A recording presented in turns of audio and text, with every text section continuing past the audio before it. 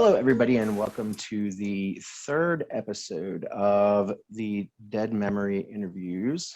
I am Rob, and this is presented by Riffing on Horror. Tonight,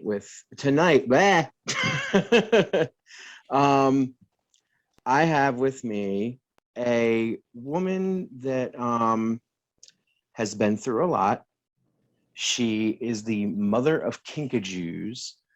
She opened up a sanctuary for them in, was it 2015? We officially launched in 2018, but I've had some type of animal organization since 2015. So tomato. At your date, it's all one and the same. So and her name is Alexandra Ashe. How are you doing today? I'm good. I'm excited to be here. How are you doing? I'm doing good, actually. I've had a day, as we just said before we went live. So I'm trying to get over that. But at least you're good here because you don't have kinkajou and cats and every form of animal that you take care of crawling all over you. So I know that has to be a good thing for you right now. Depends on how you look at it. I've got the werewolf over my back shoulder here. So hello. Ripper's sleeping, Ripper, and my God, and too bad Norman Bates isn't here. I mean, I feel like they're like appropriately so for the title of this podcast. They would be Norman is quite a guy. He's quite cool. I love him. I love him on your TikToks. Him and Trash. She's my favorite. I love her. She's got such an attitude. She does. She's a force of nature. She's absolutely a force of nature. So I have to ask, are people going to know what a kinkajou is? Actually, I was getting to that. I would like for you to explain what it is that you do. Sure. Because as you know, as I told you, I found your page on TikTok and I absolutely fell in love with your story. And I feel, even like I told you a couple times, if we can make a difference in one person's life with this interview, I hope we can do that. So I know this has been your savior. This has been your saving grace. And explain to everybody exactly what it is that you do and what a kinkajou is. Awesome. Yeah, 100%. So a kinkajou, just to get that out of the way, because everyone always says a kinky what? Is it you guys are hearing me instead of seeing me. It is a little rainforest mammal that looks like a monkey bear. They are criminally cute. Them look like little teddy bears, but looks can be deceiving, and they pack a big mouth of teeth, and they have some pretty solid claws on them as well. So they live in the treetops of the rainforests of South and Central America, and they get into the US and other parts of the world because of the pet trade. So people are drawn in by that adorable appearance, and these are wild animals. No means should be living in 99.9% of homes. Very little people are equipped to handle them, and that is where the organization I run comes into play. Our mission is to spread awareness about them, but also to help the ones in captivity to have the best life possible. Where my story comes into play, or how we ultimately got synced up, which is amazing because it's this blessing in my life where, in opening up and sharing my story, I get to meet so many incredible people. So I am a recovering heroin addict, and my story does start with animals back in 2015 with my first animal organization that unfortunately I did lose during a very hollowing and just emotionally leveling relapse. And Kinkatopia has been my redemption, coming back into the animal world, rebuilding my reputation, creating this animal sanctuary that, now, spreads love to people on a daily basis, whether they're in the animal world or not. So yeah, Kinkatopia is my redemption. And I love that for you. I absolutely do. And it's kinkatopia.org, by the way, for those that may want to contribute a donation, because you've currently got 16 Kinkajou, if I remember, and 14 of them are permanent. You're good. Yeah. Thank you. You're awesome. Yeah. And you're like current. So Yes. 100%, 100p, that's awesome. Yeah. We are a 501c3 as well. So we are fully yes. nonprofit. Yeah. Yes, 100%. And anybody that's listening to this, and you and people are watching this actually, unless you have your video turned off, which I don't know. Oh no, I can see you, you can see me. So. Then this is, yeah, we're good, because this is going to go up on YouTube.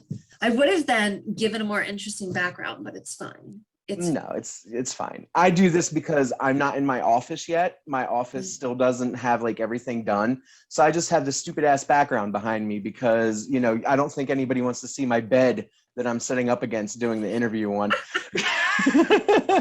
Okay, I get it. I'm like behind a shower. I got my eyebrows done a couple days ago, so I look like this, like, God, don't even. I look like something that could be in a horror movie with these. Oh. Yes, I was just outside too, loving with monkeys, so I have some brown grease on me, you know, like, yes, just adds to the effect. But yeah, so it's the Kinkajous have really, and TikTok, and my God, Trash Can, and like, it's crazy. I mean, Trash Can has just taken over. Trash Can, like you said earlier, sorry to cut you off, she is a force of nature. She's just, I'm like, she's a grump, but she represents us all. Like, everyone has a little bit of Trash Can. So Trash Can is one of our Kinkajous. She was found in a dumpster hour north. That's how her name. Yeah, that's how she got her name. And she has been with me for 3 years, and sanctuary that she was being rehabbed with was going to give her to a zoo, and a zoo, like, they did not want to deal with her personality. She chased them out of her enclosure at the time. So I got her, and it's been totally life-changing, and life-changing for her too. But she is just, and even though she's sassy as all hell, like, come visit, she's in their arms. Like, she's our friendliest, most outgoing Kinkajou.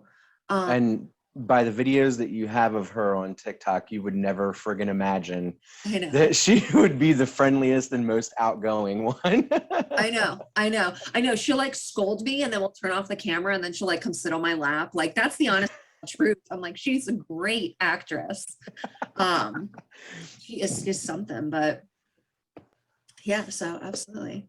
Now I wanted to, you know, as I asked you beforehand, you know, I wanted to make sure that you were comfortable talking with things, because you know, sometimes when you go through those events, you don't want to talk about it, but you embrace, because you're like, no, bring it the fuck on. Oh yeah, you can ask me anything. This is what I've done, this is where I've been, and I own the shit. So I want to commend the hell out of you for that, because so many, well, it's the truth, so many survivors of you know, addiction don't want to talk about it, or they seize up, and then they go back to what they knew. But you absolutely broke out of that, and you are determined to not fail. And I know what you've been through, because like I said, I have had friends that died from it. I've been affected by it myself. Like one of my really good friends had a 4-year-old daughter that she left behind because she couldn't stop. So it's okay. It's an unfortunate side effect of being friends or related to or whatever, of people that you want to help, but you don't know how. Yeah. You know? Sure. Now I've seen your one TikTok where you literally opened up about everything. And you had the video of the car, the spot you were at, and everything where you hit absolute rock bottom. And to see you in what, 6 years, maybe not even, Four and Take a this, half. Four and a that's what I'm half. saying. It's been a Take book, this yeah. whole fucking like 180. Dude, that should, everybody should understand, like, you can do it. You have the power to beat this shit, but you really got to try, and you really have to get away from the scene that you were in. Is that something that you did? Did you break away from like the people that you were with, or did you just like, I mean, I know that that's something that should happen, but a lot of people can't. So Sure. what was your experience like with that, trying to actually break away from those that influenced you more to just say fuck it and do it? Sure. So my journey is, I mean, it's been over a decade, kind of getting to a point where I wanted to get sober. I was in and out of treatment centers, and Right. when I started partying early on and it got out of hand and I started winding up in treatment centers, like, yeah, you have to change the nouns, the people, places, and things, and I did that. But, maybe there was a common factor where, I'd usually wind up back at my parents' house, and then, I wasn't changing things. So, fast forward to 2012, I moved from Pennsylvania to Florida for this big geographical change, went to long-term treatment. So I was 3.5 years sober when I relapsed down here.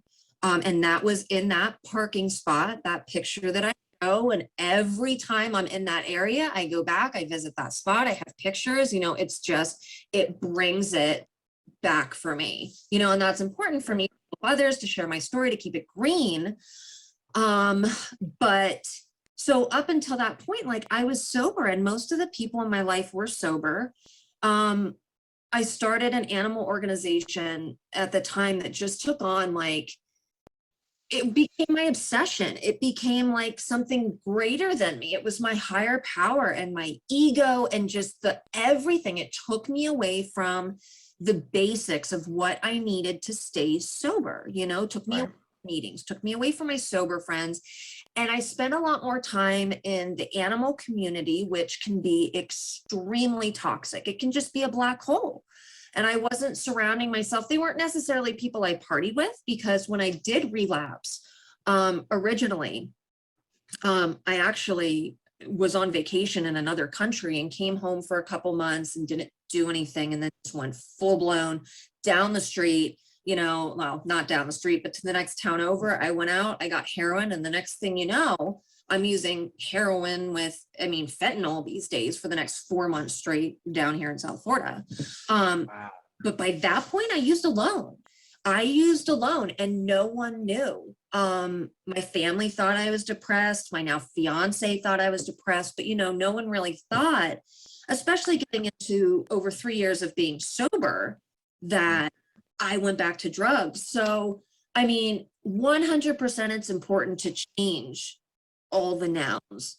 I guess at that point it was just a little different. So I wound up in that spot getting arrested. And it's not my first arrest. I've always been very lucky where, I'm get through the system or, get things expunged. Like, I just never really had consequences. But this time I landed in the jail cell and I lost everything overnight. I lost that old animal organization, lost everything. And the people that were supposed to be my friends, they called the local news channels. They reported me to the state. Like, it became such this crazy public spectacle of misinformation, which really just came back to the fact that I am a drug addict.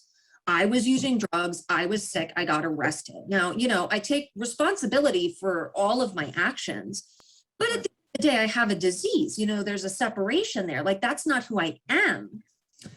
So went back into treatment, spent time getting sober, surrounding myself with good sober people, got all of those toxic people out of my life. And it took a really long time. It took a good 3 years or more before I could even kind of, like, whenever we started like striking some attention with Kinkatopia, because I waited till I was a year sober to launch Kinkatopia.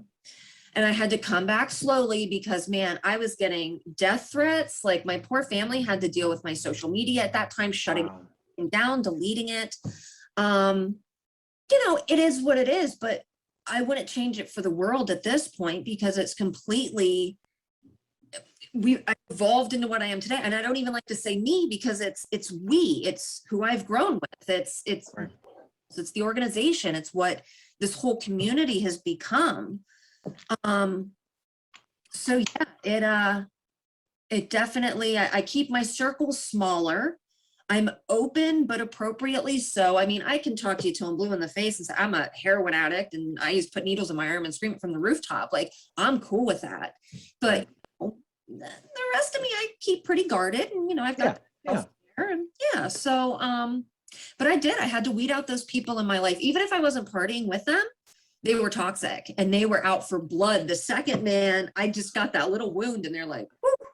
You know what you say about how you keep yourself guarded?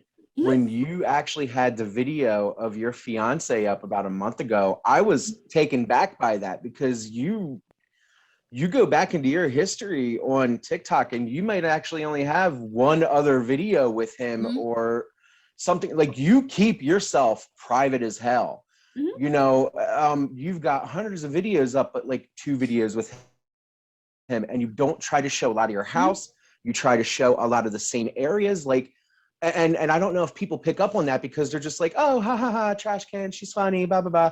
You show very specific areas, and you don't like invite people into your actual sanctuary. You invite them to where the kinkajous are, where the animals are, and where you feed them, and where you know what I mean. But you separate that public and private, and I think that's so important. And I commend you for that as well, because a lot of people that do these types of things with TikTok and with all that, they put like their whole self out there. They put family members, they put this, they put that, like, and this generation doesn't understand that. Like, you gotta have some privacy, and you gotta have some areas that belong to you, especially for somebody that's I don't want to say on the road of recovery, because I don't feel like you're on the road, but then some people might say you're still on the road of recovery. I don't know if that's even because there's, unfortunately, there's always a chance, and I hate that. I never want that. I never ever want that. And I'm proud as hell of you for how you've like separated and how you've managed to keep everything the way you are. Like, that takes a lot of fucking willpower. And that shows, like, you, again, like I said earlier, you can beat the shit, you can overcome it, but you have to learn the consequences of your actions, and you have to learn what to keep private and what to let people see. And by you deleting all of that from your life, and by you realizing this is the circle that I have to have, I think that was probably the best thing for you, because you pulled yourself out of that community, you pulled yourself out of the bullshit, and unfortunately we all saw what Tiger King, how the animal community can be. It's so crazy that, like, because people will be like, is that what it's like? And I'm like, well, it's an extreme version, but like, it is the most top competitive, nasty community. Yeah. It's crazy. And that's like how I always get, because my dad was a biker. I'm not going to say what he belonged to or anything like that, but when I get asked about it, they're like, dude, was it like Sons of Anarchy? I'm like, no. Like, I mean, again, like you just said, that's an extreme version of it. But there are elements of it that are absolutely 100% true. Like, there's some things that definitely are not embellished. Like, but I don't know if you'd be comfortable talking about this. This isn't something that I asked you beforehand. It's something that I actually just thought of right now. And if you don't want to talk about it, I will quickly move on to something else. Bring it on. I'm so curious. Can you, if you're willing to, describe to people what withdrawal is like? Because I don't know if people fully understand what that does to a person when they're trying. Because it's a horrific experience. And I don't think a lot of people talk about that. If you don't want to talk about it, I'm absolutely fine. Of We can course. move on. No, I'm But totally cool talking about it. okay. I just want to I'm- make sure, No, I appreciate it. And thank you for asking very much. But Mhm. really, when I say I'm an open book, like, and I'm very hard to offend, like, I'm excited swearing in here because usually, like, like I do, I'm always like, oh God, gotta be so guarded. So, like, it's silly anymore. But like in my personal life, I'm like, get me around my family. Huh. What is withdrawal? So withdrawal, like, I mean, so for me, it was from heroin and from opiates. You know, if you're withdrawing from alcohol or benzos, it can be life-threatening. It Right. can. Yes. You know, and of course, I would say across the board, no matter what you're withdrawing from, you want to do it in the best case scenario under medical observation. But Absolutely. so for me, for opiates, you feel like you've got the flu. Now, I didn't really get sick to my stomach. Some people do. Some people can't control their bowels. Some people can. You don't want to eat. You do. You feel the flu, but for me, it was more. It's like the mental anguish, and your body's buzzing. You know, you're uncomfortable. You've got restless legs, but it's like in your whole entire body. You cannot redirect your mind to anything except obsession, the obsession and compulsion of just wanting to get that fix to make yourself feel right again. You know, you get aches and pains because you've numbed your body for so long. You know, and it goes through different phases too. I mean, withdrawal in the beginning, like sitting in detox, you know, can feel very different than, and being on medication to help you withdraw, opposed to when I was in a jail cell overnight and started to withdraw, and you're like, there's nothing, and it's just it's debilitating. You know, and you can continue to feel symptoms within 3 months to even some people up to 18 months of still going in and out of just not feeling the best someday, or maybe your anxiety's out of control, usually very high anxiety too. Some people have reactions too, like we mentioned the nouns before, the people, places, and things. So maybe you drive past a part of town where you used to meet your drug dealer in, and you're like, your body is just kind of like, ooh, like, hey. So in my sobriety, and this is a topic that's not touched on nearly as much as it should be, I've had surgery. And I also, like right now, I'm dealing with some chronic pain issues. So there have been times when, you know, I've been on painkillers. And, you know, there's this balance, like you mentioned, the road to recovery. Now, the bottom line is I could go out and relapse tomorrow. And this is kind of straying aside from the topic I was just getting on. No, it's fine. Tomorrow, if I'm not maintaining my sobriety, if I'm not doing each day, whether it's, you know, talking to God. And when I say that, I'm talking from a religious aspect, I'm talking to the guy up in the sky that in the morning I say, hey, what's up? Let's have a good day today. Or when I go to bed, I say, hey, thanks for the day. Like, you know, it's chill. It's just like what I talk to. Right. I choose to go to meetings. I have sober people in my life. I have a sponsor who's been sober much longer than me, and I go to her for guidance. So there's all these tools. I'm a therapist. I go to her every 2 weeks. So I've all like this army that helps me. But if I don't do that stuff, I'm not going to stay sober. Right. So it can happen at any time. And especially as I'm going through life, you know, and whether it's having these health issues or going through surgeries and stuff, you know, it's kind of, I mean, some people think it's like, oh God, you're like dancing with the devil or this or that, but like, you got to check your motives. And if you have your support system set up, you know, I've been able to get through things I never thought I'd be able to get through. Right. But one thing that was interesting that happened was that I was, you know, I had been on some medication long enough to kind of feel that itch. And it wasn't, I mean, I'm an addict, but it was like physical dependency, because there are people that just are on something long enough and they get dependent on it. And I feel that itch. I could feel it. And I'm like, holy crap, there it is. It's just like little claws in the back, little kinkajou claws in the back of your neck.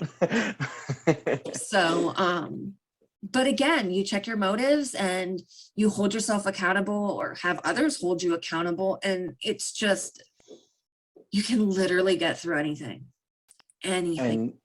And I think that's awesome. I would like to bring this conversation back up because we had sunk so low there for a moment. Mm. Your meal preps for, for your entire herd. That's where we're going. That's where I want to go with this shit, because Let's talk about food. How many hours a day? Like, I know your 12 o'clock and all that, you've done that, but how many hours during the day do you spend just feeding these animals and prepping for them? Like, that's, I know it's a few hours at night, but during the morning when you wake up, you only get like 3-4 hours of sleep and you're back at it again every day. So what's a typical day for you? Well, so like a real alcoholic, I always take on far too much. So Kinkatopia is not my job. I have a 9-to-5. I have like a career where I'm an editorial manager for a financial publication company, which is my. So people ask me, they're like, oh my God, how did you get your job? Like, talking about the animals. How did you get your job? What's your degree? And I'm like, I have an English major. I'm an English bachelor's degree. What do you mean? Where did I get my degree? So I have a different path that I went into the animal industry, but so I work my 9-to-5 Monday through Friday. So I typically sleep between 4 a.m. and 9 a.m. and get up and I work. And I'm very lucky that I'm working from home. I'm allowed to continue working from home because Kinkatopia has grown. We've doubled our numbers since COVID. Like, COVID didn't stunt us at all. Like, we were so blessed. So I work from home, so I have to clean. I mean, cleaning up after them takes several hours a day. And that's literally maintenancing cages outside. It's picking up from the night before. It's cleaning up in the inside room. Like, literally, like, I always joke and I'm like, I'm up to my elbows in poop, like basically until 5 or 6 o'clock. Like, that's literally, you guys see, it looks so glamorous and I'm sitting with trash can or like outside with them or feeding them. It's like, no, there's so much cleaning. It's crazy. But my food prep, so I'm starting this new thing where I'm trying to like prep for a couple days because food prep can take like 2 hours at night. So yeah. To do it all and package their meals, which has been cool. But then I have to plan like 3 or 4 hours aside every couple days to sit and do that. So it takes a lot. So Kinkajou primarily eat fruit. Ours have picked up a very eclectic diet where people are blessing them with lobster and salmon fillets and smoked salmon. And like, so is more prep that goes into it with that. And I like to do, so like, I'll bake stuff for them and like, I enjoy it. It's not even like, I run the nonprofit, but there's so many aspects that kind of like enrich things that I enjoy, from writing to cooking to, it's holistic, like I wind up doing everything for it, which is amazing, but it's exhausting too. So I stay very, very busy. Yes. And for those that, I mean, by now you're over 1 million followers on TikTok. So your Crazy. Followers know, and that's my next thing in a second. Like, for those that may not be subscribed to her TikTok, which is at Kinkatopia, but isn't it the exclamation point or is it just KI? No, that's Kinkatopia. That's KI, right? Because the mother of Kinkatopia has the exclamation point. Okay. So, but for those that aren't subscribed to the TikTok, like, she does a lot of like, fun videos, of course. Like earlier today, you had your alligator video, which was cute as hell. And then you ended it with trash can. The miserable one. Yeah, right. But you've done a few videos where it's like, this is what it's like. And, for you to explain even further, like, damn, that's you do a lot. You really do. Now, the other thing that I was going to say is your TikTok, over 1 million followers. Did you ever, in your wildest dreams, think that you would have a following that massive on TikTok? Oh God, no. No. I understand it. And then went viral purely by accident back in September. And when that happened, I looked at Michael, my fiance, and he said, I think this is how we can get followers, because we were trying to get followers back on Instagram, because my old account or organization was back when like there was actually an organic, you know, following. You gained your followers through hashtags, you know, like with Instagram. And I had like 42K, I think, whenever we deleted the account. So it's been like battle of trying to get exposure. And then in that moment in September, getting the exposure. And I was like, we have to do this. We have to figure it out real fast, you know, and I threw myself into it, but I never thought 1 million, like, and now we're almost at 1.2 million, which is like, what? but so this is I ran in today just to vent some. So I'm currently blocked from posting for 24 hours, which is a first for me, you know, like all love wholesome account. I got reported at the beginning of the month for holding a caiman, which is a top type of crocodilian, for minor safety. So whoever did that, thank you, but I am over 18, so thanks. And then I commonly get reported for holding kinkajous by their tail, and they have a prehensile tail, which means it acts as if it's another arm. So I read today that classic, this is how you catch a kinkajou. And now I'm banned for 24 hours. So I'm just like, so the more people, then, you know, you have the more Karens and you have the more opinions, and, you know, I can't keep up with people individually like I used to. So it's like, it's incredible. It's beyond my wildest dreams, like literally, but at the same time, like, you know, there's both sides to it, you know, like it's a lot of, it's work too. But it's just like, how? It's crazy. It's crazy. Yeah, because I'll be honest with you, when I messaged you, you were actually the first person that I ever messaged on TikTok to try to get an interview with. Like, I didn't think I was going to hear back from you, because the second person that I tried to message with, the first question that he asked me was, how big is your reach? Oh, great. And I was like, oh, okay. No. And then I was like, I'm growing. I told you in my message, I'm growing, and I just want to, you know, talk. I want to get to know people. I want to, you know, create things. And he was like, yeah, well, you don't even have a TikTok. I'm not gonna do anything with you. And I was like, all right, cool. Well, thanks for your time. I still had to remain professional, you know. But then I hadn't heard back from you yet. And I was like, cool, she's probably going to do the same thing. Brace for impact. And you were like, yo, let's fucking do this. And I was like, yes. So, well, anyone, anything, like it's just how it's all transpired too. I don't say no to anything except hugs. I'm so sorry. That was awful. Hang up on me now. Josh, go ahead, cut the video. No, but I really don't.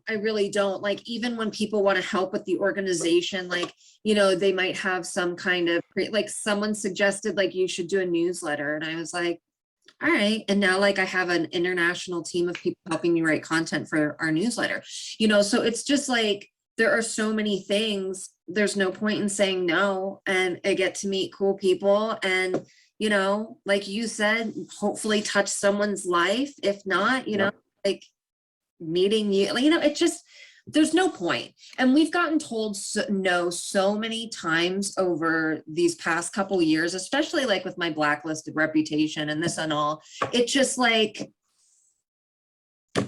we don't say no, you know.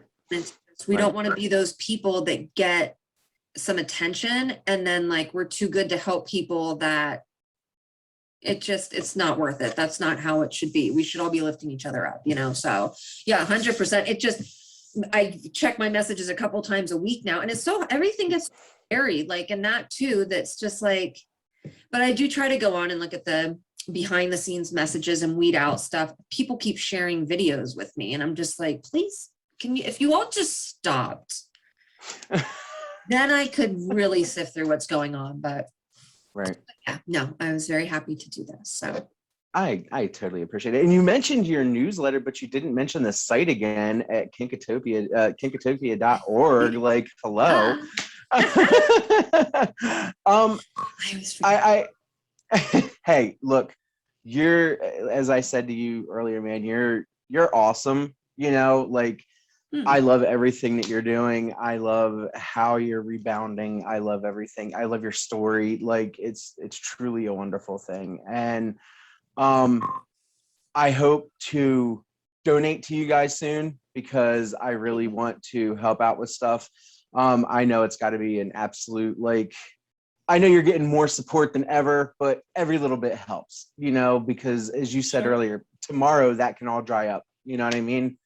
So I want to donate to you guys soon. And I will also be, you know, linking your website. I'll be doing as much as I can to even promote on my side. I know it's not much, but hell. please never sell yourself short. And I'm going to do the same on my side too. I have this part on my website, kinkatopia.org, for I call it our street cred. So I list every podcast, every YouTube, everything we've ever done with anyone's on there. So I'm going to showcase you just as much as well. You know, awesome.